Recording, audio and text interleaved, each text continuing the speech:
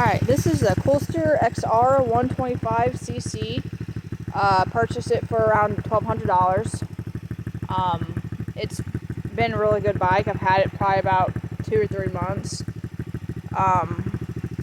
Nothing wrong with it. Usually starts first, second kick, sometimes third kick. I got up to about 45 miles per hour, and I'm about 180, 185 pounds, so it runs, and it's pretty quick. It's pretty powerful for a little bike. I don't have any issues with it. Sounds pretty good. So, yeah, well worth the money. Great little bike.